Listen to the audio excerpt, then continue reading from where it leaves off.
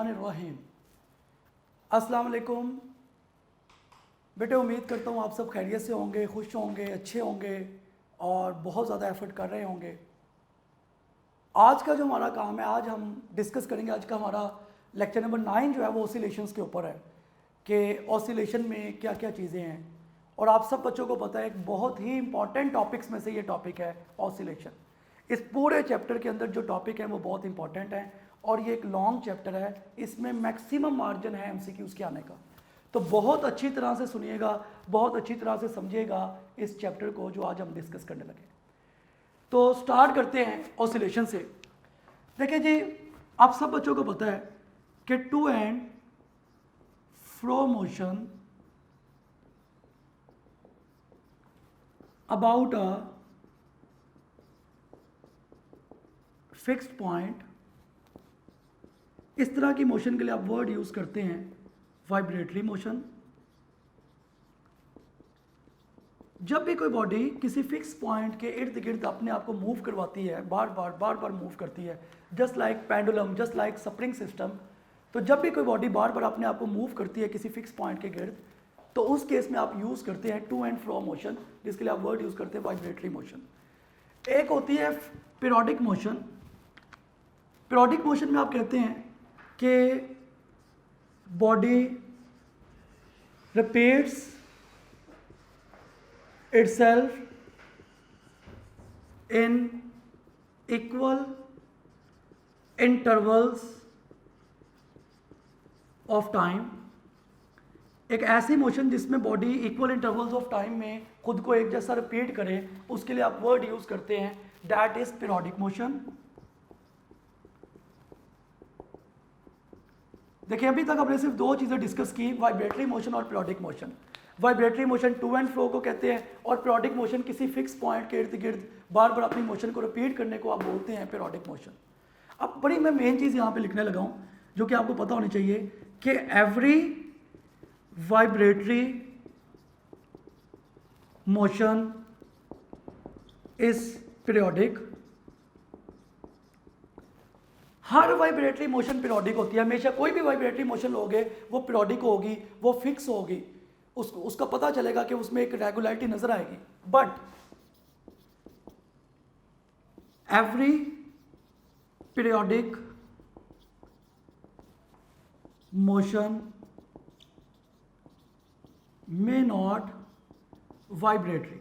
ये बड़ा एक इंपॉर्टेंट पॉइंट है जो मैंने आप बच्चों से डिस्कस किया कि हर वाइब्रेटरी मोशन, कोई भी वाइब्रेटरी मोशन जो है वो हमेशा पीरियोडिक होगी, उसमें बॉडी कॉन्टिन्यूसली अपने आप को रिपीट कर रही होगी इक्वल इंटरवल्स ऑफ टाइम में। लेकिन हर पीरियोडिक मोशन के लिए ज़रूरी नहीं है वो वाइब्रेटरी हो। मैं आपको एक एग्जांपल देता हूँ। अर्थ 24 आवर्स में एक रेवोल्यूशन पूरा करती है, फिर 24 आवर्स में एक रेवोल्यूशन पूरा करती है, फिर 24 आवर्स में एक रेवोल्यूशन पूरा करती है। अर्थ हमेशा 24 आवर्स में एक रेवोल्यूशन पूरा करेगी। इसका मतलब अर्थ की मोशन को आप पीरियोडिक मोशन कह सकते हैं, लेकिन अर्थ की मोशन वाइब्रेटरी नहीं है। अर्थ वाइब्रेटरी नहीं मोशन कर रही, टू एंड फ्रो नहीं कर रही। इसका मतलब ये है कि हर वाइब्रेटरी मोशन पीरियोडिक होगी, लेकिन हर पीरियोडिक मोशन के लिए ज़रूरी नहीं है कि वो वाइब्रेटरी हो। अब हम प्रॉपर्ली स्टार्ट करते हैं इसे कि कंडीशंस क्या होती हैं वाइब्रेटरी मोशन के लिए। Conditions for vibratory motion.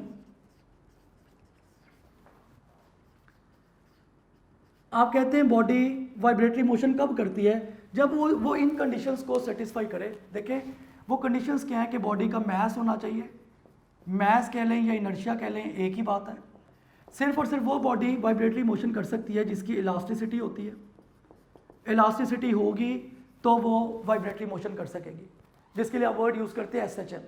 SHM का सबसे मेन जो कॉन्सेप्ट है कि एक्सेलरेशन हमेशा मीन पोजीशन से डिस्प्लेसमेंट के डायरेक्टली प्रोपोर्शनल होता है। जब भी आप एसएचएम की बात करते हैं तो एक्सेलरेशन हमेशा डिस्प्लेसमेंट के इन्वर्सली प्रोपोर्शनल और नेगेटिव साइन।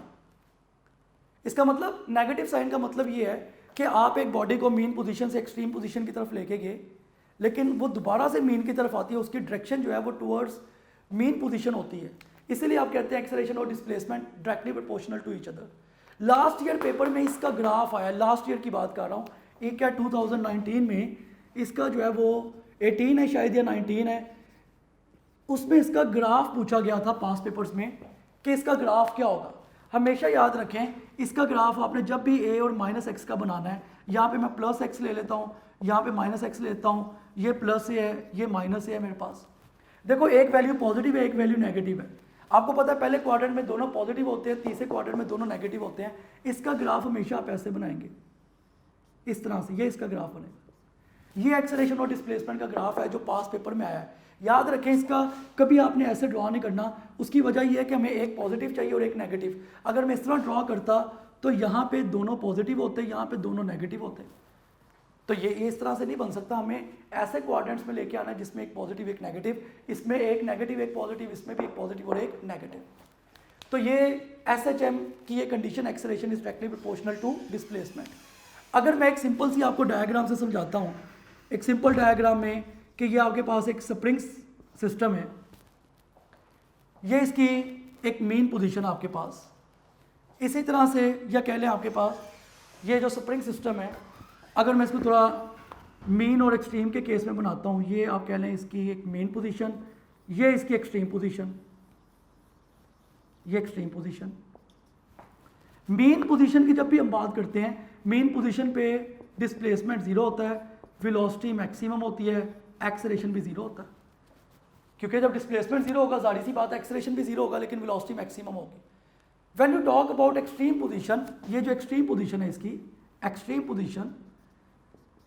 पोजीशन पे हमेशा याद रखें कि डिस्प्लेसमेंट मैक्सिमम होता है, एक्सेलरेशन मैक्सिमम होता है, लेकिन वेलोसिटी जीरो होती है। ये एक्सट्रीम पोजीशन के फीचर्स हैं।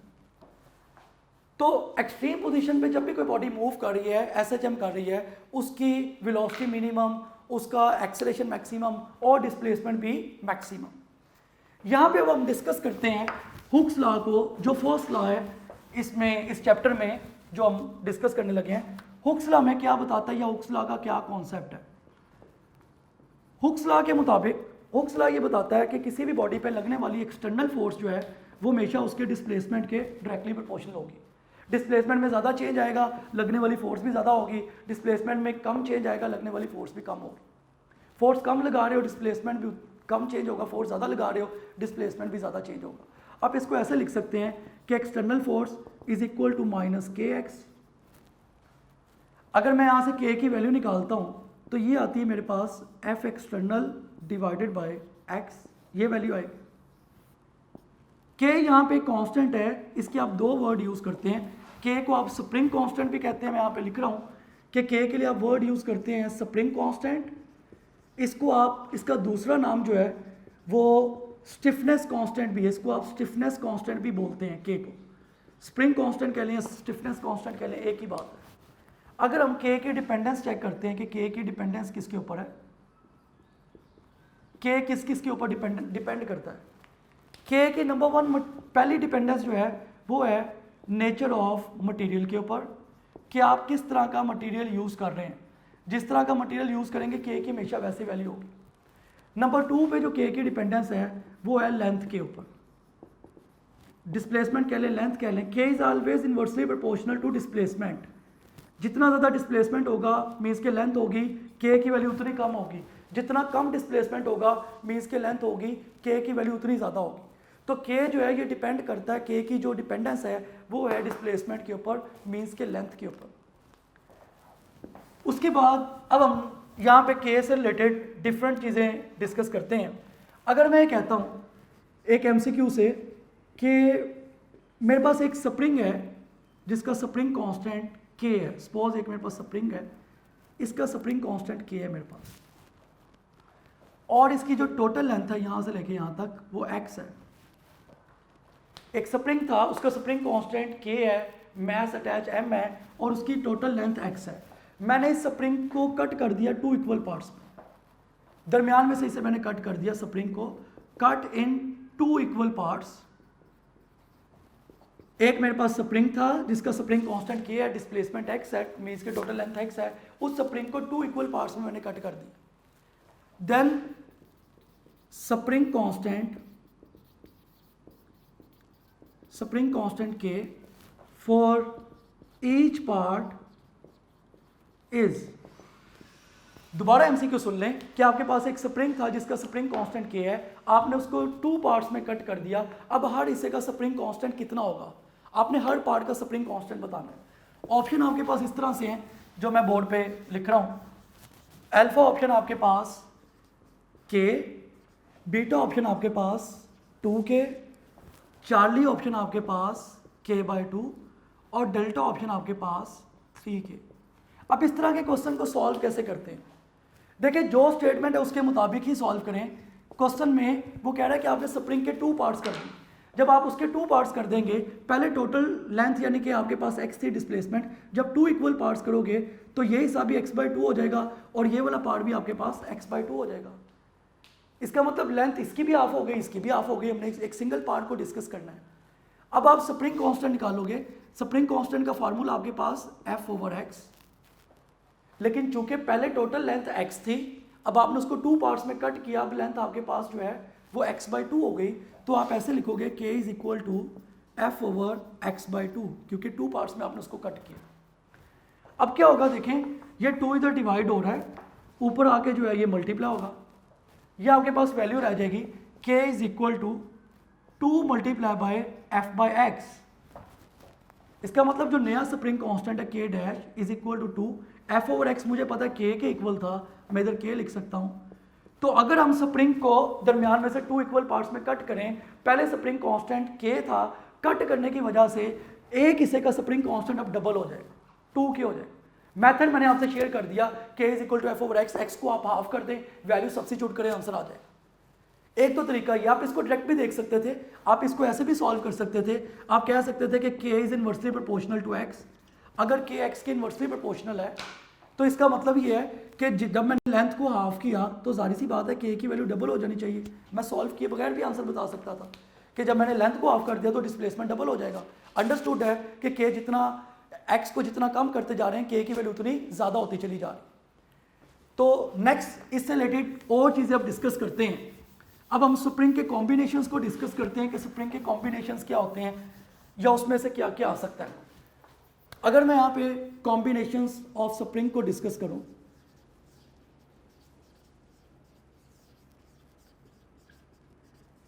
कॉम्बिनेशंस ऑफ स्प्रिंग में पहला जो आपके पास कॉम्बिनेशन होता है उसको आप बोलते हैं सीरीज कॉम्बिनेशन।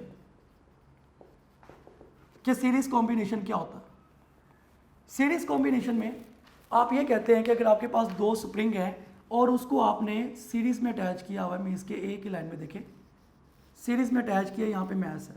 ये मैं आपको समझाने के लिए वर्टिकल स्प्रिंग बना रहा हूँ, रियल में ये हॉरिजॉन्टल हम स्प्रिंग की बात कर रहे होते हैं। ये भी आपको पता होना चाहिए, वर्टिकल स्प्रिंग का केस लैदा होता है, हॉरिजॉन्टल का केस लैदा होता है। अगर ये दोनों सीरीज में लगे हैं तो आपने इसका k इक्विवेलेंट निकालना है। फार्मूला होता है 1/k equivalent is equal to 1/k plus 1/k, यानी कि 1/k1 प्लस 1/k2। अगर 3 होता है तो 1/k1 plus 1/k2 plus 1/k3। अगर मैं इन्फिनिटी तक एंड तक जाता हूँ तो ये आएगा 1/k1 plus 1/k2 plus 1/k3 up to ये वैल्यू जो है वो 1/k एंड तक जाएगी। अगर आप इसका शॉर्टकट लिखना चाहते हैं वो भी आप लिख सकते हैं, लेकिन वो आप आइडेंटिकल स्प्रिंग्स के लिए लिखेंगे। अगर कभी भी वो आइडेंटिकल स्प्रिंग की बात करें कि वो सीरीज में लगे हुए हैं तो शॉर्टकट फार्मूला इस तरह से होता है, k equivalent is equal to k multiply by 1/n। ये शॉर्टकट फार्मूला है इसको सॉल्व करने का, लेकिन ये आप तभी यूज करेंगे जब वो आइडेंटिकल होंगे। नेक्स्ट कॉम्बिनेशन हमारे पास है पैरेलल कॉम्बिनेशन। के पैरेलल में क्या चीजें हैं? पैरेलल कॉम्बिनेशन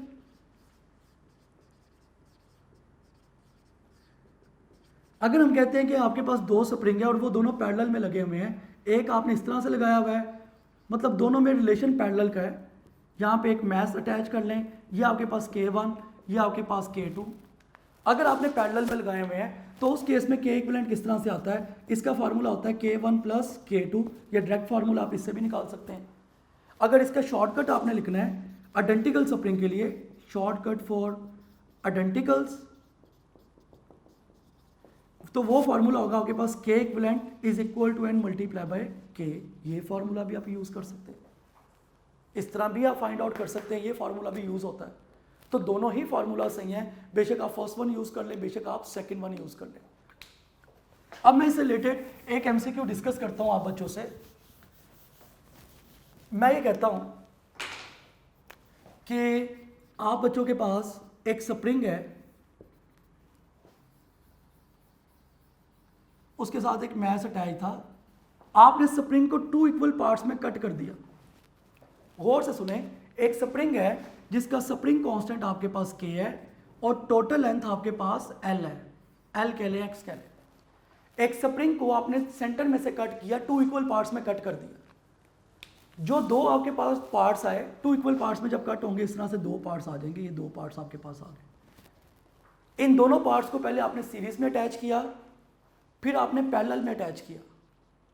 मतलब स्टेटमेंट सुने, if a spring of spring constant k is cut into 2 equal parts and then these 2 parts are connected in series then in parallel, इनकी रेशो बताएं। मतलब वो ये पूछना चाह रहा है कि सीरीज और पैरेलल की रेशो बताएं कि k सीरीज और k पैरेलल की रेशो क्या होगी। ऑप्शन आपके पास इस तरह से हैं, अल्फा ऑप्शन है 1:2, बीटा ऑप्शन है 2:1, चार्ली ऑप्शन है 1:4 और डेल्टा ऑप्शन है 4:1। दोबारा से सुन लें, एक स्प्रिंग था जिसका स्प्रिंग कांस्टेंट k है, उसको मैंने 2 इक्वल पार्ट्स में कट कर दिया। जब मैंने उसको 2 इक्वल पार्ट्स में कट किया तो इस तरह से मेरे पास ये 2 पार्ट्स आ गए। इसका स्प्रिंग कांस्टेंट k1 कह लें, इसका स्प्रिंग कांस्टेंट, अब आपके पास मतलब दोनों का स्प्रिंग कांस्टेंट अब जो भी बन गया, ये आप सब बच्चों को पता है कि जब 2 इक्वल पार्ट्स में कट करेंगे तो ये भी 2k हो जाएगा और ये भी 2k हो जाएगा।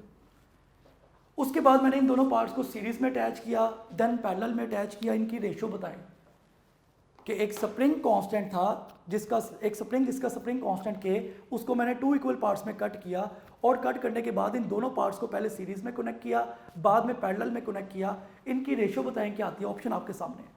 सॉल्व किस तरह से करेंगे इस तरह के एमसीक्यू को, जब भी ऐसा एमसीक्यू पूछा जाता है पहले आप k सीरीज निकालें। देखिए k सीरीज का फार्मूला आपके पास है, आप 1/k सीरीज आप कैसे निकालते हैं, फार्मूला यही है 1/k1 + 1/k2। अगर मैंने स्प्रिंग के 2 इक्वल पार्ट्स किए तो मुझे पता है हर पार्ट के लिए स्प्रिंग कांस्टेंट डबल हो गया। इसका भी स्प्रिंग कांस्टेंट 2k और इसका भी स्प्रिंग कांस्टेंट 2k, क्योंकि जब भी आप दरमियान में से कट करते हैं तो इसकी वैल्यू भी डबल हो जाती है, इसकी वैल्यू भी डबल हो जाती है। तो पहले मैं k सीरीज के लिए इसे सॉल्व करूंगा। ये आएगा 1/k series is equal to, ये आ जाएगा मेरे पास 2/2k। अगर मैं इसको 2 को 2 से कैंसिल कर दूं, इसको ऊपर ले जाऊं, तो k सीरीज की मेरे पास जो वैल्यू है ये k के इक्वल आ जाएगी। इसका मतलब मैंने रेशो निकाल ली थी k series to k parallel, k series तो आ गई मेरे पास। अब पैरेलल मैंने फाइंड आउट करना है। k पैरेलल के लिए मैं क्या करूंगा, k पैरेलल के लिए भी मैं वैल्यू फाइंड आउट करूंगा। k पैरेलल किस तरह से आएगा, देखिए एक की वैल्यू भी 2k है, दूसरे की वैल्यू भी 2k है, आप ऐड करेंगे आपके पास वैल्यू 4k आ जाएगी। ये पैरेलल की वैल्यू आ गई। अब जस्ट रेशो ले लो, क्योंकि रेशो सॉल्व करने को वो कह रहा है। क्वेश्चन ये था k series to k parallel. अगर आपने इसकी रेशो लेनी है, सीरीज की आपके पास वैल्यू जो है वो k है और पैरेलल की वैल्यू 4k है, सॉल्व करोगे तो आंसर आपके पास आ जाएगा 1:4।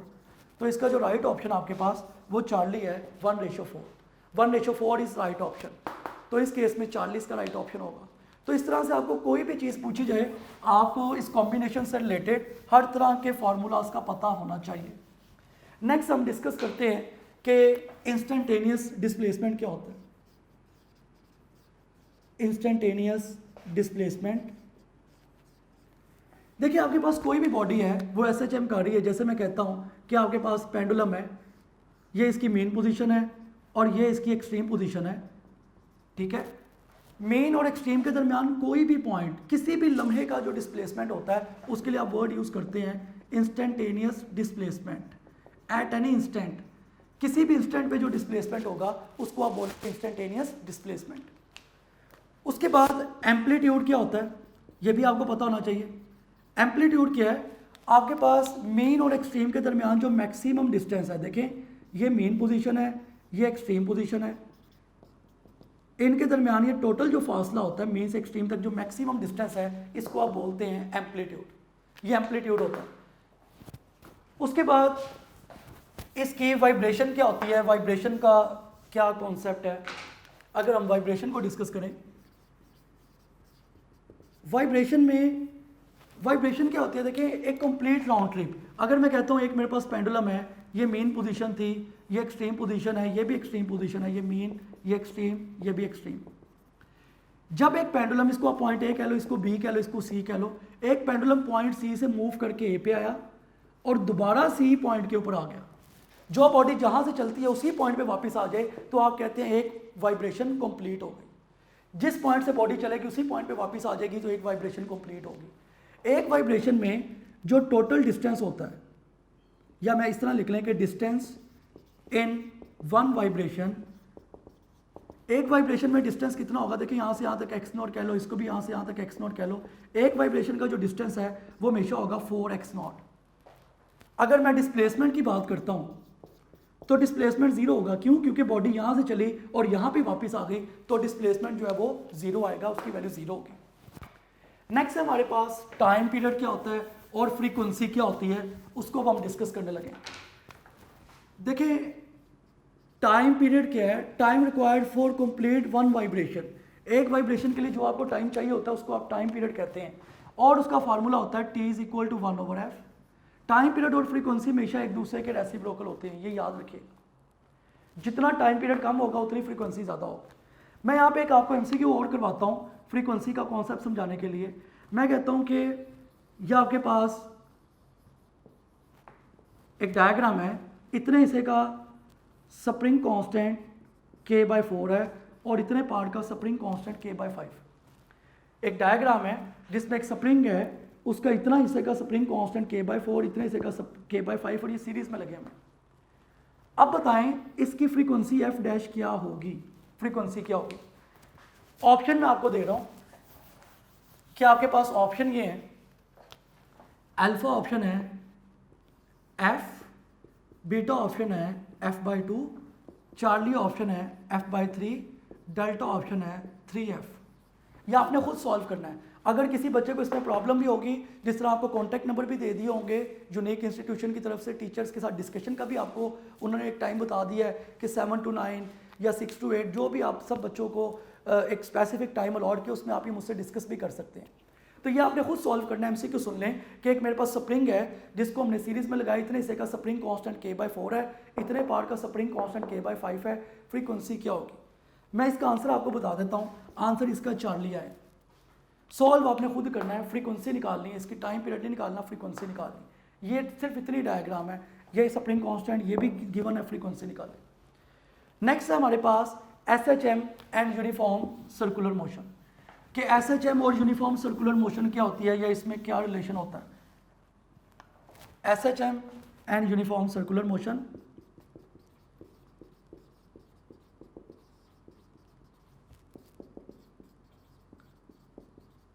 SHM and uniform circular motion में टीचर्स आपको बस एक ही चीज़ मेनली जो बताते थे, जिस पे फोकस होता था, वो हम डिस्कस करते हैं कि वो क्या होता था या टीचर किस चीज़ पे ज़्यादा फोकस करते थे।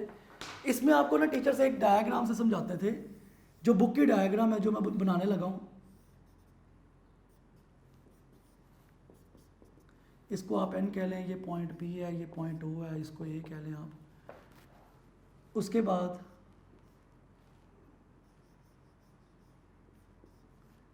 ये मैथ्स। टीचर आपको कहते थे कि ये जो सर्कुलर पाथ में बॉडी मूव कर रही है, जो पॉइंट P है, इसकी मोशन जो है ये सर्कुलर मोशन, क्योंकि पॉइंट P सर्कल में मूव कर रहा है। इस तरह से इस स्प्रिंग की मोशन जो है वो SHM, ये स्प्रिंग SHM कर रहा है, टू एंड फ्रो कर रहा है। इसका मतलब इसकी मोशन सर्कुलर मोशन, ये दुनिया की एक अलग मोशन है सर्कुलर मोशन, और ये आपके पास SHM सिंपल हार्मोनिक मोशन। इन दोनों में फिर रिलेशन क्या है, टीचर्स आपको इनमें रिलेशन बताते थे, वो मैं इधर लिखने लगा हूँ कि the projection of point P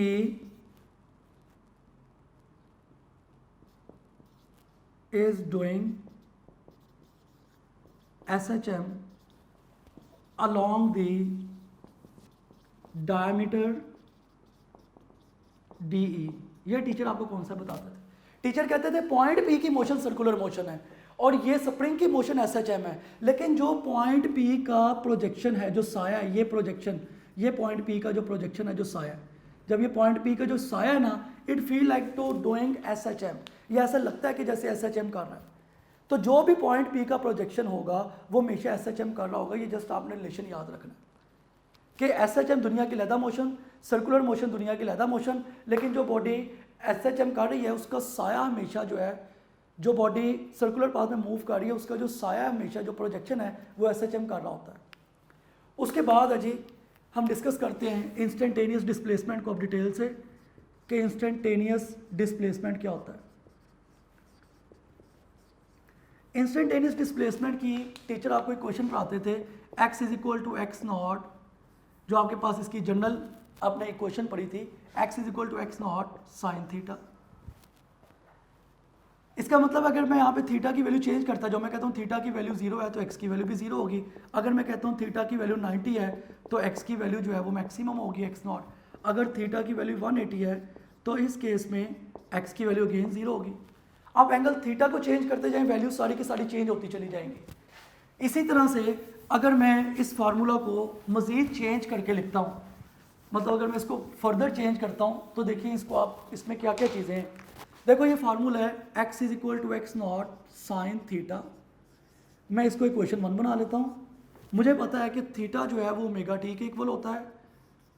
इसको आप इक्वेशन 2 बना लें। अगर मैं यहाँ पे इक्वेशन 2 को सब्स्टिट्यूट करता हूँ इक्वेशन 1 में, देन मेरे पास क्या वैल्यू होगी, ये आ जाएगा x is equal to x not sine omega T.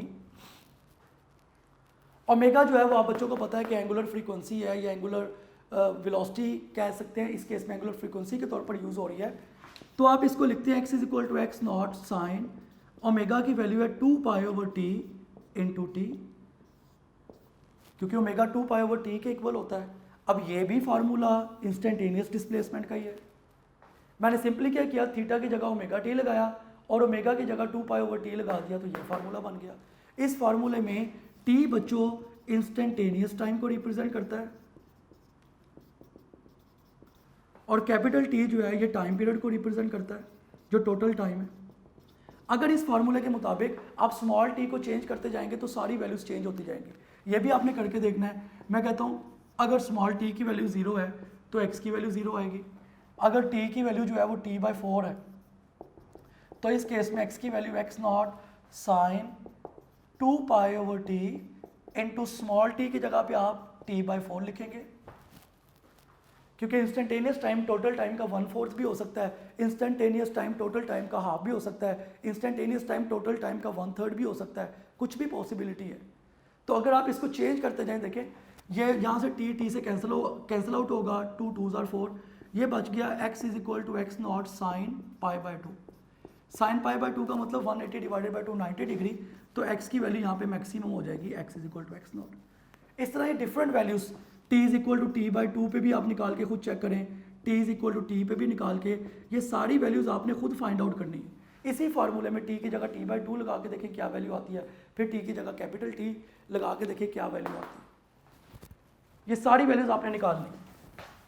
अब हम डिस्कस करते हैं। मैं एक यहाँ पे बड़ा मेन MCQ आप बच्चों से डिस्कस करने लगा हूँ, जो कि 99% लोगों को नहीं पता होता, लेकिन आप बच्चों को कौन सा पता हो, इस तरह के क्वेश्चन अक्सर पेपर में भी आ जाते हैं। मैं अगर सिंपली कहता हूँ कि if a body is moving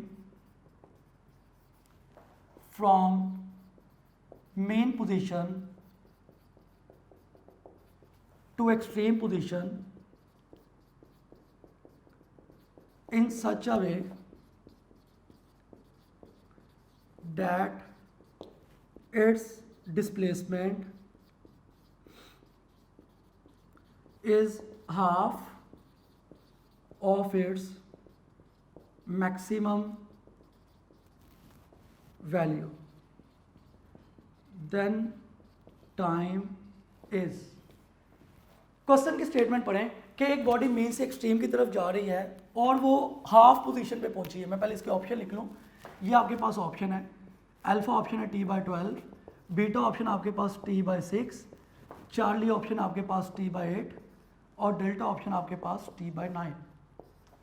question ये है कि एक बॉडी मेन पोजीशन से एक्सट्रीम की तरफ जा रही है। जिस तरह ये देखें, मैं यहाँ पे बनाता हूँ ये डायग्राम कि ये एक पेंडुलम है, ये इसकी मेन पोजीशन, ये इसकी एक्सट्रीम पोजीशन, एक बॉडी मीन से एक्सट्रीम की तरफ जा रही है, एक बॉडी मीन से एक्सट्रीम की तरफ जाते हुए आधे रास्ते में पहुंची है, मीन्स के इधर पहुंची है, यहाँ तक पहुंची है, यहाँ पे, यहाँ तक पहुंचने का मतलब टोटल अगर आपके पास जो डिस्टेंस है वो x नॉट था तो हाफ पे पहुंची है, यानी कि x नॉट बाई 2 पे पहुंची है। मतलब एक बॉडी मीन से एक्सट्रीम की तरफ जा रही है और आधे फासले पे पहुंची है, मीन्स के यहाँ तक x नॉट बाई 2 तक पहुंची है। इतने हिस्से का टाइम क्या होगा, इतने पार्ट का, यहाँ से यहाँ तक का।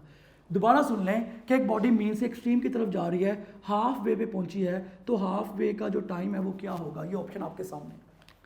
अब इस तरह के क्वेश्चन को कैसे सॉल्व करते हैं मैं इधर सॉल्व करके दिखा रहा हूँ, ताकि आप बच्चों को पता होना चाहिए कि इस तरह के क्वेश्चन सॉल्व किस तरह से होते हैं, या इनमें क्या कॉन्सेप्चुअल पॉइंट्स होते हैं। देखिए इस तरह के क्वेश्चन को आप कैसे सॉल्व करते हैं। फार्मूला यही x is equal to x not sine 2 pi over T into t, ये आपके पास फार्मूला। आपने क्या करना है, कंडीशन अप्लाई। देखिए वो क्या कह रहा है कि body is moving from mean to extreme position in such a way that is displacement is half of its maximum value. Displacement maximum का हाफ है, मीन्स के बॉडी आधी पोजीशन पे पहुंची है। आप क्या करोगे, x की जगह पे x नॉट बाई 2 लिख दोगे, ये आपके पास आ जाएगा x not sine 2 pi over T into t. इसको सॉल्व कर लेंगे, x नॉट से कैंसिल आउट हो जाएगा, साइन इधर आके इन्वर्स हो जाएगा, sine inverse 1 by 2 is equal to, ये आपके पास होगा 2 pi over T into small t. Sine inverse 1 by 2 की वैल्यू क्या होती है, साइन इनवर्स 1 बाई 2 पे कितना होता है, साइन इनवर्स 1 बाई 2 आपको पता है 30 डिग्री के ऊपर, मीन्स के पाई बाई 6 इसकी वैल्यू होती है। ये आपके पास आएगा 2 pi over T into small T. Pi pi से कैंसिल आउट हो जाएगा। मैंने स्मॉल टी की वैल्यू निकाल दी, इंस्टेंटेनियस टाइम का पूछा हुआ है, तो स्मॉल टी की वैल्यू क्या आएगी, कैपिटल टी इधर डिवाइड हो रहा है, इधर ऊपर आ जाएगा, 2 इधर मल्टीप्लाई हो रहा है, इधर आके डिवाइड हो जाएगा। स्मॉल टी की वैल्यू आएगी टी बाई 12। इसका मतलब ये हुआ कि इसका जो राइट ऑप्शन है वो अल्फा ऑप्शन है टी बाई 12। अब जरा गौर से सुनो, 3 पॉइंट्स यहाँ पे आपको क्रिस्टल क्लियर होने चाहिए कि अगर ये एक बॉडी की मेन पोजीशन है और ये एक्सट्रीम पोजीशन है, ये मेन ये एक्सट्रीम, बॉडी मेन से एक्सट्रीम की तरफ जा रही है और आधे रास्ते में पहुंची, मीन्स कि यहाँ तक पहुंची है, हाफ वे में। जब बॉडी मेन से एक्सट्रीम की तरफ जाती है और आधे रास्ते में पहुंचती है तो बेटे हमेशा याद रखना उसका टाइम होता है टी बाई 12। मैंने आपको सॉल्व करके दिखाया। मेन से एक्सट्रीम तक का टोटल टाइम, यहां से यहां तक का टोटल टाइम कितना होता है आपके पास, टी बाई 4। पता ना आपको, एक सिंगल साइड का जो टाइम है वो टी बाई 4। तो मेन से एक्सट्रीम की तरफ जाते हुए आधे रास्ते का टाइम टी बाई 12, मेन से एक्सट्रीम तक का टोटल टाइम जो है वो एक मेन से एक्सट्रीम का वो आपके पास टी बाई 4 है। अब मैं कहता हूं कि एक बॉडी एक्सट्रीम से मेन की तरफ आ रही है, मीन्स के इतने हिस्से का टाइम क्या किस तरह निकालेंगे। दोबारा सुन लो, मेन से एक्सट्रीम तक का total time T by 4, main से एक्सट्रीम का टोटल टाइम, मेन से एक्सट्रीम का टोटल टाइम टी बाई 4, एक पूरी वाइब्रेशन का टाइम पीरियड टी, मेन से एक्सट्रीम की तरफ जाते हुए आधे रास्ते का जो टाइम है वो टी बाई 12, और एक्सट्रीम से मेन की तरफ आते हुए जो अगला पाथ रह गया इसका टाइम कैसे निकालोगे, ये भी आप निकाल सकते हो। इसको निकालने के लिए मैं क्या करूँगा, देखो टोटल जो मेरे पास एक साइड का जो टोटल टाइम है वो टी बाई 4 है। मैं क्या करूँगा, टी बाई 4 में से इसको माइनस कर दूंगा टी बाई 12 को, तो टी बाई 4 में से मैं माइनस कर देता हूँ टी बाई 12 को। जब मैं माइनस करूँगा 12 एलसीएम आ जाएगा, तो 4 3 ज़ा 12, 3t माइनस टी, ये आ जाएगा मेरे पास 2t बाई 12। सॉल्व करोगे 2 6 ज़ा 12, इसका मतलब आंसर क्या आ गया, t बाई 6। तो ये आपको पता होना चाहिए कि इतने पार्ट का टाइम क्या होगा आपके पास, t बाई 6। ये दोबारा सुन लो, एक पूरी वाइब्रेशन का टोटल टाइम आपके पास t, मेन से एक्सट्रीम की तरफ आ रहे हैं, आधे रास्ते पे पहुंचे हैं, तो टाइम आपके पास होगा टी बाई 12। एक्सट्रीम से मेन की तरफ आ रहे हैं और आधे रास्ते पे पहुंचे हैं, टाइम होगा टी बाई 6। और एक मेन से एक्सट्रीम तक का टोटल टाइम जो है, मेन से एक्सट्रीम तक का टोटल टाइम वो टी बाई 4 होता है। ये सारी बातें आपको याद हो। हमेशा 2 चीज़ें और इसमें याद रखिएगा कि ये 2 तरह के क्वेश्चन है। एक ही question x is equal to x not sine theta, और एक ही question x is equal to x naught cos theta. ये क्वेश्चन आपने तभी यूज करनी है जब body mean to extreme move कर रही है। x is equal to x naught cos theta कब यूज करनी है, जब body extreme to mean move करेगी। जब भी आपको कहा जाता है कि body move from extreme to mean, मैंने आप बच्चों को पहले भी समझाया था कि 90 के हिसाब से साइन कोस में कन्वर्ट हो जाता है, कोस साइन में कन्वर्ट हो जाता है। तो अगर बॉडी मेन से एक्सट्रीम की तरफ आ रही है तो ये इक्वेशन, एक्सट्रीम से मेन की तरफ आ रही है तो नीचे वाली इक्वेशन आपने यूज़ करनी है। तो ये था बच्चों इंस्टेंटेनियस डिस्प्लेसमेंट जो मैंने आपको प्रॉपर्ली डिस्कस किया, और इसके एमसीक्यूज, इसकी बाकी चीज़ें हमने डिस्कस की। नेक्स्ट है हमारे पास इंस्टेंटेनियस वेलोसिटी, कि इंस्टेंटेनियस वेलोसिटी क्या होती है या उसमें क्या कॉन्सेप्ट है। देखिए इंस्टेंटेनियस वेलोसिटी में उसका पहले फार्मूला हम डिस्कस करते हैं। इंस्टेंटेनियस वेलोसिटी,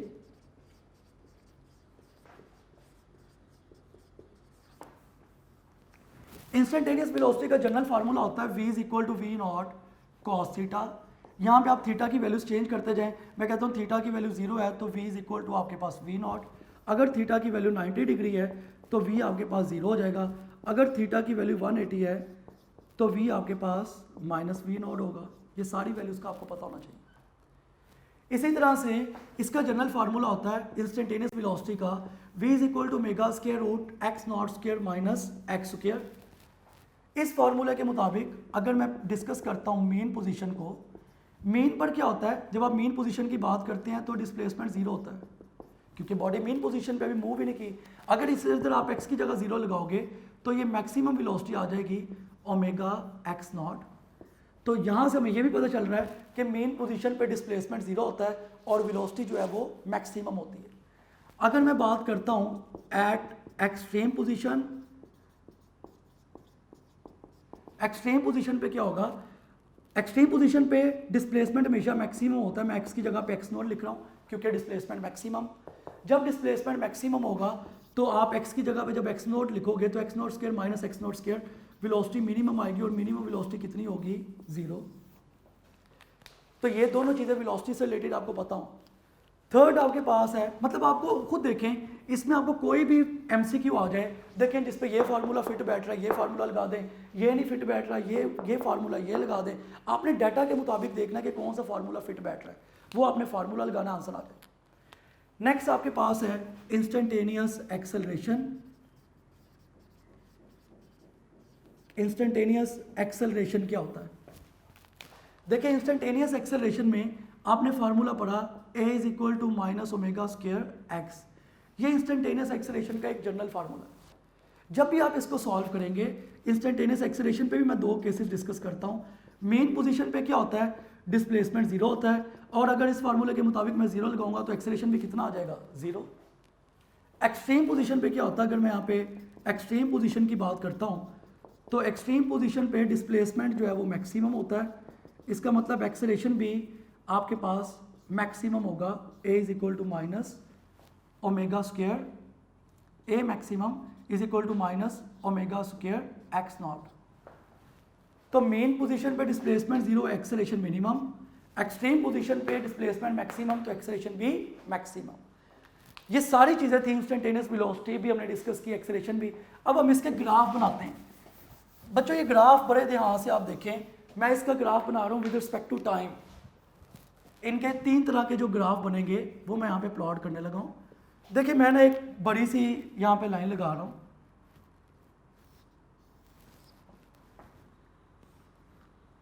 एक लाइन इधर लगा रहा हूँ और एक लाइन इधर लगा रहा हूँ। पहला ग्राफ मैं यहाँ पे ना डिफरेंट पॉइंट्स बना लेता हूँ। मैं कहता हूँ main position, extreme position, mean position, extreme position, इस तरह से मेन पोजीशन आगे। मेरा तो ये तरीका है ग्राफ बनाने का जो मैं आपसे शेयर करने लगा। पहला ग्राफ हम डिस्कस करेंगे डिस्प्लेसमेंट का विद रिस्पेक्ट टू टाइम। आपने सिर्फ जो मैंने पॉइंट्स बनाया ना, मेन एक्सट्रीम, बस आपने डॉट लगाते जाना है। देखो मेन पोजीशन के ऊपर डिस्प्लेसमेंट 0 होता है, इधर डॉट आएगा। एक्सट्रीम पे डिस्प्लेसमेंट मैक्सिमम होता है, इधर डॉट आएगा। फिर मेन पे डिस्प्लेसमेंट 0, इधर डॉट आएगा। एक्सट्रीम पे मैक्सिमम लेकिन लोअर मैक्सिमम, इधर आएगा डॉट, फिर मेन पे 0। सिर्फ मैं डॉट लगा, इन डॉट्स को आप मिलाएं, ये आपके, आप इन डॉट्स को मिलाते हैं, ये आपके पास डिस्प्लेसमेंट का ग्राफ आ गया विद रिस्पेक्ट टू टाइम। ये ग्राफ है डिस्प्लेसमेंट का विद रिस्पेक्ट टू टाइम। अब आप वेलोसिटी का ग्राफ बनाएं। मेन पोजीशन पे वेलोसिटी अगर 0 होती तो मैं इधर लगाता, लेकिन मैक्सिमम होती है तो मैं इधर निशान लगाऊंगा। एक्सट्रीम पे 0 होती है, इधर निशान लगाऊंगा। फिर मेन पे मैक्सिमम होती है, इधर निशान लगाऊंगा। एक्सट्रीम पे 0 होती है, इधर निशान लगाऊंगा। फिर मेन पे मैक्सिमम होती है, इधर निशान लगाऊंगा। इन सारे पॉइंट्स को आप कंबाइन कर दें, ये आपके पास वेलोसिटी टाइम ग्राफ आ जाएगा। चूंकि डिस्प्लेसमेंट टाइम ग्राफ आपके पास है और आप बच्चों को पता है कि acceleration is directly proportional to displacement but negative sign, तो एक्सेलरेशन टाइम ग्राफ बनाने की ज़रूरत ही नहीं है। जो डिस्प्लेसमेंट का ग्राफ है इसको उल्ट कर दें इस तरह से, ये एक्सेलरेशन टाइम ग्राफ आ गया विद रिस्पेक्ट टू टाइम। तो ये तीनों ग्राफ आपके सामने है, डिस्प्लेसमेंट टाइम ग्राफ भी, वेलोसिटी टाइम ग्राफ भी और एक्सेलरेशन टाइम ग्राफ भी। यहाँ से कई तरह के एमसीक्यूज आप लोगों को आ सकते हैं। आप ग्राफ से भी देख सकते हैं कि अगर आपसे पूछा जाए सिंपली कि आप ये बताएं कि phase difference between displacement and velocities, या पूछा जाए कि phase difference between displacement and acceleration is, इस तरह के कई एमसीक्यू आपको आ सकते हैं। खुद सोचो कि डिस्प्लेसमेंट और वेलोसिटी में कितना फेज डिफरेंस है। जहाँ पे डिस्प्लेसमेंट जीरो होता है वेलोसिटी मैक्सिमम होती है, जहाँ पे वेलोसिटी जीरो होती है डिस्प्लेसमेंट मैक्सिमम होता है। तो वेलोसिटी और डिस्प्लेसमेंट में जो फेज डिफरेंस है वो 90 डिग्री, डिस्प्लेसमेंट और एक्सेलरेशन में फेज डिफरेंस 180 डिग्री है। उसकी वजह यह है कि डिस्प्लेसमेंट और एक्सेलरेशन टोटली एक दूसरे के ऑपोजिट है। जहाँ पे डिस्प्लेसमेंट मैक्सिमम होता है एक्सेलरेशन मिनिमम होता है, जहाँ पे डिस्प्लेसमेंट मिनिमम होता है एक्सेलरेशन मैक्सिमम होता है। आप बच्चों ने इसके 3 ग्राफ खुद से बनाने हैं। मैंने तो सबके graph with respect to time बनाए, आपने ये ग्राफ खुद से प्लॉट करने हैं। नहीं होंगे तो मुझसे पूछ लीजिएगा। आपने एक ग्राफ बनाना है बिटवीन डिस्प्लेसमेंट एंड वेलोसिटी, एक आपने बनाना है बिटवीन वेलोसिटी एंड एक्सेलरेशन, और तीसरा आपने ग्राफ बनाना है बिटवीन एक्सेलरेशन एंड डिस्प्लेसमेंट। ये 3 ग्राफ आपने बनाने हैं, खुद से आपने 3 ग्राफ बनाने हैं। ये बड़े इंपॉर्टेंट ग्राफ हैं, खुद आप बनाएंगे इसे। नेक्स्ट हमारे पास जो टॉपिक है वो है फेस। फेस के बारे में सिर्फ आपको 2 मेन चीज़ें पता होनी चाहिए जो आपने इसमें याद रखनी है। फेज में क्या होता है जी, फेज में आपको टीचर्स ये बताते हैं कि अगर एक पॉइंट पी जिस तरह से मूव कर रहा है सर्कुलर पाथ में, इसको कह लो, ये पी कह लो, ये पी डैश कह लो, ये डब्ल्यू डैश कह लो, कोई भी। फेज 2 चीज़ें आपको बताती है। Number 1 displacement, number 1 displacement of the particle, और नंबर 2 पे आपको फेज बताती है डायरेक्शन का। ये 2 चीज़ें आपको फेज बताती है। याद आपने इसमें क्या क्या रखना है, फेज में जो मेन पॉइंट्स हैं वो क्या क्या हैं। फेज की 2 इक्वेशन है, एक x is equal to x not sine omega t और एक x is equal to x naught cos omega t. ये 2 इक्वेशन आपके पास। ये वाली इक्वेशन आपने कब यूज़ करनी है, जब बॉडी मूव करती है मीन टू एक्सट्रीम, क्योंकि sine theta mean to extreme में आएगा। ये वाली इक्वेशन आपने कब यूज़ करनी है, जब बॉडी मूव करेगी एक्सट्रीम टू मीन। जब भी body extreme to mean move करेगी तो आपने दूसरे वाली इक्वेशन यूज़ करनी है कॉस थीटा वाली। तो ये दोनों इक्वेशंस आपको अच्छी तरह से पता होनी चाहिए। नेक्स्ट जो टॉपिक है वो बहुत ही इंपॉर्टेंट है, जिसको आप कहते हैं सिंपल पेंडुलम, और इसमें से क्वेश्चन आने की प्रोबेबिलिटी मैक्सिमम होती है, मतलब मैक्सिमम टाइम जिसमें से क्वेश्चन आया हुआ है। सिंपल पेंडुलम क्या होता है या सिंपल पेंडुलम का क्या कॉन्सेप्ट है। सिंपल पेंडुलम के केस में आपको टीचर इसकी एक डायग्राम बनवाते थे, जिसमें एक पेंडुलम और साथ में उसकी एक मैसलेस बॉब अटैच होती है। ये इसकी एक्सट्रीम पोजीशन, यहां पे इसका वेट डाउनवर्ड, ये आपके पास mg साइन थीटा, ये mg कॉस थीटा, यहाँ से लेके यहाँ तक इसकी टोटल लेंथ जो है वो l होती थी, इधर एंगल थीटा बन रहा होता था। इस तरह से टीचर आपको, सिंपल पेंडुलम है क्या, सिंपल पेंडुलम को आप सिंपली कहते हैं कि एक ऐसा सिस्टम जिसमें एक स्मॉल बट हैवी मैस है, मीन्स के हैवी बॉब आपने अटैच की हुई है। स्मॉल मैस होता है लेकिन उसकी बॉब यानी कि मैस हैवी होता है, और इनएक्सटेंसिबल रस्सी होती है। एक रस्सी जो है वो आप इनएक्सटेंसिबल यूज़ कर रहे होते हैं, और फ्रिक्शनलेस सपोर्ट होती है। इस पूरे सिस्टम के लिए आप वर्ड यूज़ करते हैं सिंपल पेंडुलम का। यानी कि सिंपल पेंडुलम क्या है कि आपके पास एक रस्सी है जिसके साथ आपने एक मैसलेस बॉब अटैच की हुई है। एक रस्सी के साथ मैसलेस बॉब को आपने अटैच किया और फ्रिक्शनलेस सपोर्ट पे बांध दिया। इस पूरे सिस्टम को आप कहते हैं पेंडुलम। सिंपल पेंडुलम जो है ये इसकी मेन पोजीशन थी, ये इसकी एक्सट्रीम पोजीशन है। टीचर्स आपको ये पढ़ा चुके हैं फर्स्ट ईयर में। अगर आप बात करते हैं मेन पोजीशन की, तो देखिए मेन पोजीशन पे मैं यहाँ पे बात करता हूँ at mean position. Mean position पे इक्वेशन क्या होती है, टेंशन इक्वल होती है वेट के मीन्स के mg के, ये मेन पोजीशन की इक्वेशन कि बॉडी मूव ही नहीं कर रही, टेंशन mg के इक्वल। अगर एट एक्सट्रीम पोजीशन की मैं बात करूं, एक्सट्रीम पोजीशन के केस में जो टेंशन का फार्मूला है वो आपके पास होगा mj cos थीटा, क्योंकि बॉडी बैलेंस हो जाती है, रुक जाती है वहाँ पे जाके, तो mg cos थीटा। अगर मैं कहता हूँ कि इसकी रिस्टोरिंग फोर्स की इक्वेशन क्या होगी, रिस्टोरिंग फोर्स की अगर हम इक्वेशन लिखते हैं तो रिस्टोरिंग फोर्स की इक्वेशन आपके पास T is equal to m g sine theta. ये तीन इक्वेशंस आपको पता होनी चाहिए, क्योंकि बॉडी रिस्टोरिंग फोर्स की वजह से इस तरफ आती है बार बार। उसके बाद अब मेन चीज़ों पे आ जाएं। देखिए आपको टीचर्स ने ये फार्मूला ड्राइव किया है, करवाया a is equal to minus g x over l, ये एक्सेलरेशन का फार्मूला होता है पेंडुलम के केस में। और एक फार्मूला जो है ना वो आपने इसमें पढ़ा हुआ है, जो होता है आपके पास a is equal to minus omega square x. इसको अगर मैं इक्वेशन 1 बना लेता हूँ, इसको इक्वेशन 2 बना लेता हूँ और कंपेयर करता हूँ 1 और 2 को, मैं यहाँ पे सिंपली कहता हूँ कंपेयरिंग 1 एंड 2। अगर आप 1 और 2 को कंपेयर करेंगे तो ये आपके पास होगा minus g x over l is equal to minus omega square x. ये माइनस माइनस से कैंसिल आउट हो जाएगा, एक्स एक्स से कैंसिल आउट हो जाएगा, ओमेगा की वैल्यू आ जाती थी square root g over l, जो कि आपने याद रखनी है, हमेशा यूज़ होगी फार्मूला में। इसी तरह अगर मैं यहाँ पे इसका टाइम पीरियड फाइंड आउट करना चाहूँगा तो टाइम पीरियड का फार्मूला जो है वो होता है T is equal to 2 pi over omega. जब मैं ओमेगा की वैल्यू लगाऊंगा तो टाइम पीरियड का फार्मूला आ जाएगा 2 pi square root l over g. ये पेंडुलम का टाइम पीरियड है 2 pi square root l over g, जो कि आप सब ने पढ़ा हुआ है पहले भी। ये फार्मूला हमें बता रहा है कि time period is independent to the mass of bob and also independent to the amplitude। जो टाइम पीरियड है सिंपल पेंडुलम का वो एम्पलीट्यूड पर भी डिपेंड नहीं करता और बॉब के मैस के भी इंडिपेंडेंट होता है।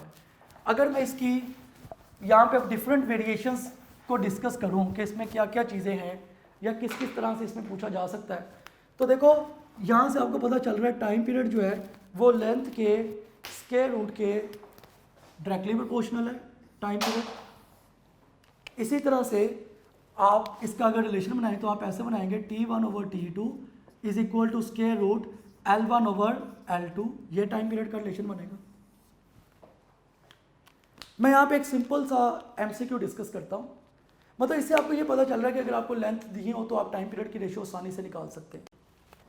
अगर मैं एक सिंपल MCQ डिस्कस करूँ कि time period of a simple pendulum is 2 pi over square root g, its length is, एक सिंपल MCQ है। उसने कहा कि आपके पास जो टाइम पीरियड है सिंपल पेंडुलम का, ये उसकी वैल्यू है 2 पाई ओवर स्क्वायर रूट जी। आप इसकी लेंथ निकालें। सॉल्व किस तरह करेंगे, देखिए फार्मूला वही, फार्मूला आपने वो यूज़ करना है T is equal to 2 pi square root l over g. आपने क्या करना है, सिंपली टाइम पीरियड की उसने वैल्यू दी हुई है 2 pi over square root g, तो टाइम पीरियड की जगह आप लिख देंगे 2 pi over square root g और ये आपके पास आ जाएगा 2 pi square root l over g. इसका मतलब ये आपके पास जो वैल्यूज आएंगी यहाँ पे 2 पाई जो है इसे कैंसिल आउट हो जाएगा, स्क्वायर रूट जी से कैंसिल आउट हो जाएगा, तो आपके पास सिंपली रह जाएगा square root l is equal to 1। इसको सॉल्व कर लें तो लेंथ की वैल्यू आपके पास 1 मीटर आ जाएगी, क्योंकि 1 का स्क्वायर 1 होता है। ऐसे क्वेश्चन भी आते हैं। उसके बाद और इससे रिलेटेड अगर हम चीज़ें डिस्कस करें कि इसमें क्या क्या आता है, अगर मैं ये कहता हूँ कि एक इस तरह से MCQ है, ज़रा ध्यान से सुनिएगा कि मेरे पास एक पेंडुलम था और उसकी बॉब को मैंने मरकरी से फिल कर दिया। ये मरकरी है, एक पेंडुलम है, उसकी बॉब को मैंने मरकरी से फिल कर दिया, भर दिया मरकरी से, और यहाँ पे कोरिफिस कर दिया, सुराख कर दिया, जिससे मरकरी बाहर आ रहा है। अब बताएं इसके टाइम पीरियड पे क्या इफेक्ट होगा। अल्फा ऑप्शन है इंक्रीजेस, बीटा ऑप्शन है डिक्रीजेस, चार्ली ऑप्शन है रिमेन सेम और डेल्टा ऑप्शन है first increase then maintain original position.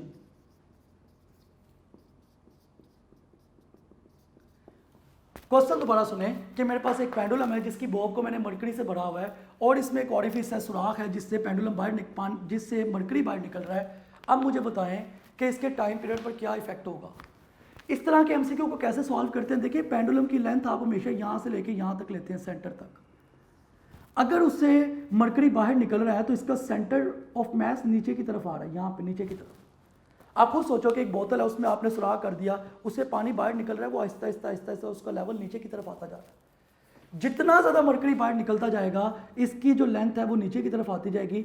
थोड़ी सी भी लेंथ नीचे की तरफ आई तो लेंथ इंक्रीज हो गई, क्योंकि लेंथ आप सेंटर से लेते हैं। अगर लेंथ इंक्रीज हो गई तो हमें पता है टाइम पीरियड लेंथ के स्क्वायर रूट के डायरेक्टली प्रोपोर्शनल होता है। अगर लेंथ इंक्रीज हो, देखो यहाँ तक मरकरी बाहर निकलता जा रहा है, इसका लेवल नीचे आता जा रहा है, लेंथ इंक्रीज होती जा रही है, टाइम पीरियड भी इंक्रीज होता जा रहा है। और जैसे ये खाली हो जाएगी बोतल, यानी कि खाली हो जाएगी बॉब, दोबारा से जो सेंटर ऑफ मैस है वो अपने आप को डिस्ट्रीब्यूट करके ओरिजिनल पोजीशन पे आ जाएगा। तो इसका जो राइट ऑप्शन है वो डेल्टा ऑप्शन होगा कि फर्स्ट इंक्रीजेज, कि इस केस में टाइम पीरियड पहले इंक्रीज हो रहा है, बाद में अपने आप को मेंटेन कर रहा है, ओरिजिनल पोजीशन पे आ रहा है। उसके बाद एलिवेटर के केसेस में भी पेंडुलम के आपको फार्मूलाज पता होने चाहिए। अगर मैं कहता हूँ कि एलिवेटर इज एट रेस्ट, अगर हम रेस्ट की बात करते हैं कि एक एलिवेटर रेस्ट में है, एलिवेटर इज एट रेस्ट, ये पहला केस है इसका। एक पेंडुलम एलिवेटर के अंदर है और एलिवेटर रेस्ट में है, उस केस में क्या होगा? उस केस में जो टाइम पीरियड है वो टोटल टाइम के एज इट इज इक्वल होगा, इस पर कोई भी इफेक्ट नहीं होगा। सपोज कर ले एलिवेटर में पेंडुलम है और वो रेस्ट में है तो उसकी स्टेट पे कोई फर्क नहीं पड़ेगा। सेकंड केस ये है कि एलिवेटर इज असेंडिंग, अगर एलिवेटर अपवर्ड जा रहा है, ऊपर वाली साइड पे मूव कर रहा है, तब क्या होगा?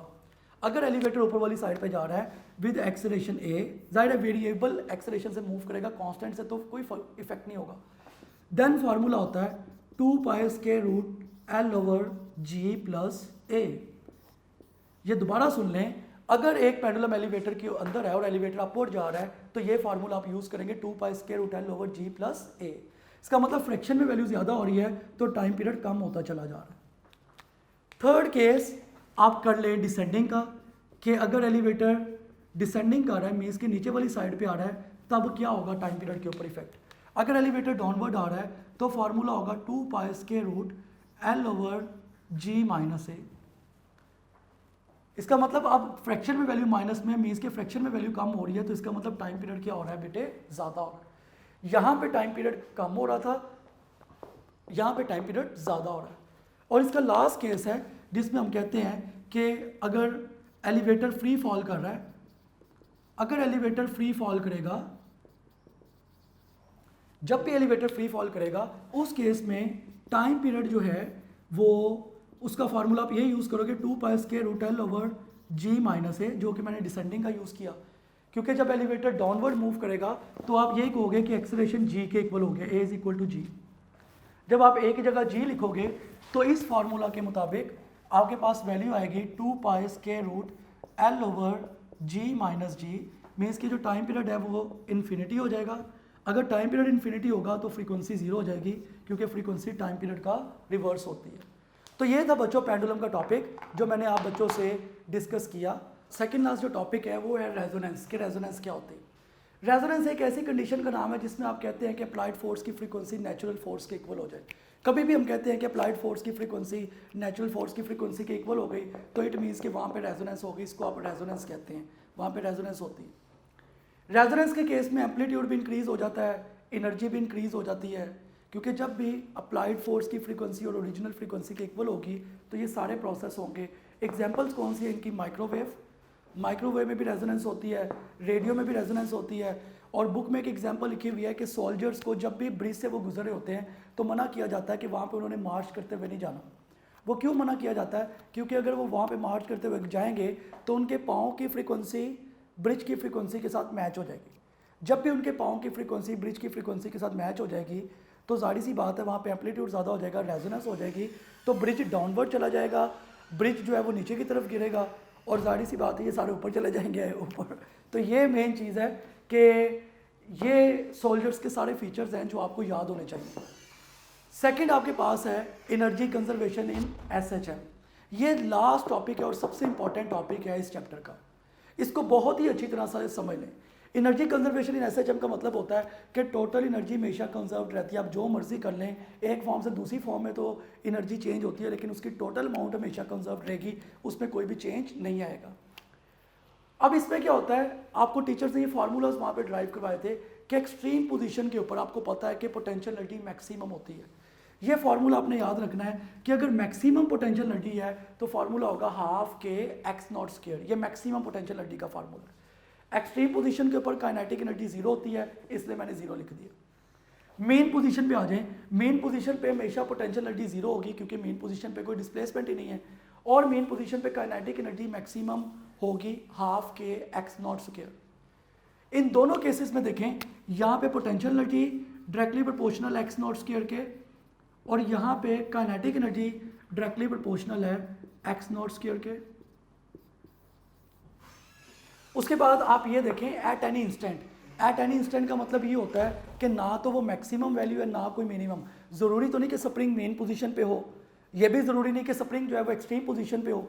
तो अगर एट एनी इंस्टेंट की बात करेंगे, कोई भी दरमियानी पॉइंट, इंस्टेंट का मतलब ये है बेटे कि ना वो मेन पोजीशन है ना वो एक्सट्रीम पोजीशन है, मतलब मेन भी नहीं है एक्सट्रीम भी नहीं है, तब क्या होगा? अगर मेन भी नहीं है एक्सट्रीम भी नहीं है तो उस केस में पोटेंशियल एनर्जी का फार्मूला होगा हाफ के एक्स स्क्वायर, और काइनेटिक एनर्जी का फार्मूला है half k x not square minus x square. ये फार्मूलाज आपको लाजमी पता होने चाहिए। ये maximum potential energy extreme position पे उसका ये फार्मूला, ये मैक्सिमम काइनेटिक एनर्जी ये इसका फार्मूला, और अगर simple potential energy kinetic energy किसी इंस्टेंट की पूछे तो ये फार्मूला। इसके एक दो एमसीक्यू करते हैं सॉल्व। मैं अगर आपसे ये पूछूं कि मुझे ये बताएं कि एट विच डिस्प्लेसमेंट एक्स की क्या वैल्यू होगी कि काइनेटिक एनर्जी और पोटेंशियल एनर्जी स्प्रिंग की इक्वल हो जाए।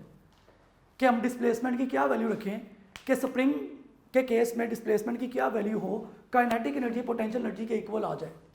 बड़ा सिंपल सा एमसीक्यू है। इसकी ऑप्शन है आपके पास, अल्फा ऑप्शन है एक्स नॉट बाई 2, बीटा आपके पास x naught by 3, Charlie option है x naught by square root 2, और डेल्टा ऑप्शन है x naught by square root 4। अब सॉल्व करने का तरीका देख ले। सॉल्व कैसे करना है कि काइनेटिक एनर्जी पोटेंशियल एनर्जी के इक्वल हो गई।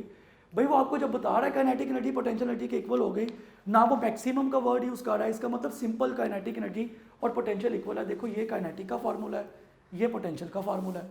काइनेटिक की जगह उसका फार्मूला लिखो। सॉल्व ऐसे करेंगे, काइनेटिक की जगह ये कंडीशन थी ना कि kinetic energy is equal to potential energy. Kinetic energy की जगह पे आप लिखोगे half k x not square minus x square is equal to potential energy की जगह पे आप लिखोगे half k x square. Just formulas आपने इक्वेट किया। सॉल्व कर लें, ये हाफ के और हाफ के आपस में कैंसिल आउट हो जाएंगे। ये आपके पास आ जाएगा x not square minus x square is equal to x square. चूंकि ये माइनस का एक्स स्क्वायर है, उधर आके जो है वो प्लस का एक्स स्क्वायर बन जाएगा। जब आप इसको सॉल्व करेंगे ये होगा x not square is equal to 2x square, क्योंकि माइनस को जाके प्लस हो गया। अगर मैं यहाँ से एक्स स्क्वायर की वैल्यू लूँगा तो ये आ जाएगा x not square by 2। Square root ले लें दोनों तरफ तो एक्स नॉट की वैल्यू आपके पास आ जाएगी x naught by square root 2। तो इसका जो राइट ऑप्शन है वो x naught by square root 2 Charlie option होगा। इसी तरह एक और इसका एमसीक्यू यहाँ पे मैं सॉल्व करता हूँ। अगर आपसे ये पूछा जाए कि आप ये बताएं, ये एमसीक्यू है कि किस डिस्प्लेसमेंट के ऊपर, आपने अगेन डिस्प्लेसमेंट बताना है, पोटेंशियल एनर्जी जो है वो 75% हो जाएगी टोटल एनर्जी का। किस डिस्प्लेसमेंट के ऊपर पोटेंशियल एनर्जी टोटल एनर्जी का 75% हो जाएगी। ऑप्शन ये आपके पास square root 3/2 x naught, beta option है square root 3/4 x naught, Charlie option है स्क्वायर रूट 3/5 एक्स नॉट, और डेल्टा ऑप्शन है नन ऑफ दिस। अब इसको भी सॉल्व करने का वही तरीका जो मैंने आप बच्चों से भी डिस्कस किया है कि वो आपको कह रहा है कि पोटेंशियल एनर्जी जो है वो 75% हो जाए टोटल एनर्जी का। इसका मतलब पोटेंशियल एनर्जी वो मैक्सिमम नहीं कह रहा, सिंपल पोटेंशियल एनर्जी है। तो पोटेंशियल एनर्जी का जो आपके पास फार्मूला है वो आप यूज़ करेंगे कि पोटेंशियल एनर्जी का फार्मूला होता है half k x square is equal to, ये लिखा है 75%, इसका मतलब है 75 divided by 100 multiply by total energy का फार्मूला क्या होता है, half k x not square. ये सॉल्व हो गया, हाफ के से कैंसिल आउट, ये भी हाफ के से कैंसिल आउट। 75 और 100 को आप सॉल्व करेंगे तो 5 1s are 5 आप कर लें, 2 आगे कैरी हो जाएगा, 5 5s are 15, 5 2s are 10 और 0, फिर 5 पे कट करेंगे तो 3/4 आ जाएगा। मतलब ये आ गया x square is equal to 3/4 x not square. Square root ले लो दोनों तरफ, तो ये आ जाएगा x is equal to square root 3/2 x not. तो ये इसका राइट ऑप्शन होगा आपके पास, स्क्वायर रूट 3/2 एक्स नॉट। तो ये आज के टॉपिक से रिलेटेड चीज़ें थी जो मैंने आप बच्चों से डिस्कस की। लास्ट में इसका ग्राफ हम देख लेते हैं। ग्राफ इसका किस तरह से बनेगा, पेपर में ये भी एमसीक्यू आ चुका है, लेकिन इस तरह का एमसीक्यू मेडिकल के बच्चों को आया, लेकिन था उनका भी एंट्री टेस्ट में एमसीक्यू। क्वेश्चन ये आया था कि which graph represent total energy, total energy का ग्राफ बताएं, टोटल एनर्जी का ग्राफ क्या होगा। ऑप्शन आपके पास इस तरह से थे, अल्फा ऑप्शन था ये, बीटा ऑप्शन था आपके पास इस तरह से कह लेंगे बीटा ऑप्शन, ये चार्ली ऑप्शन आपके पास, और ये डेल्टा ऑप्शन।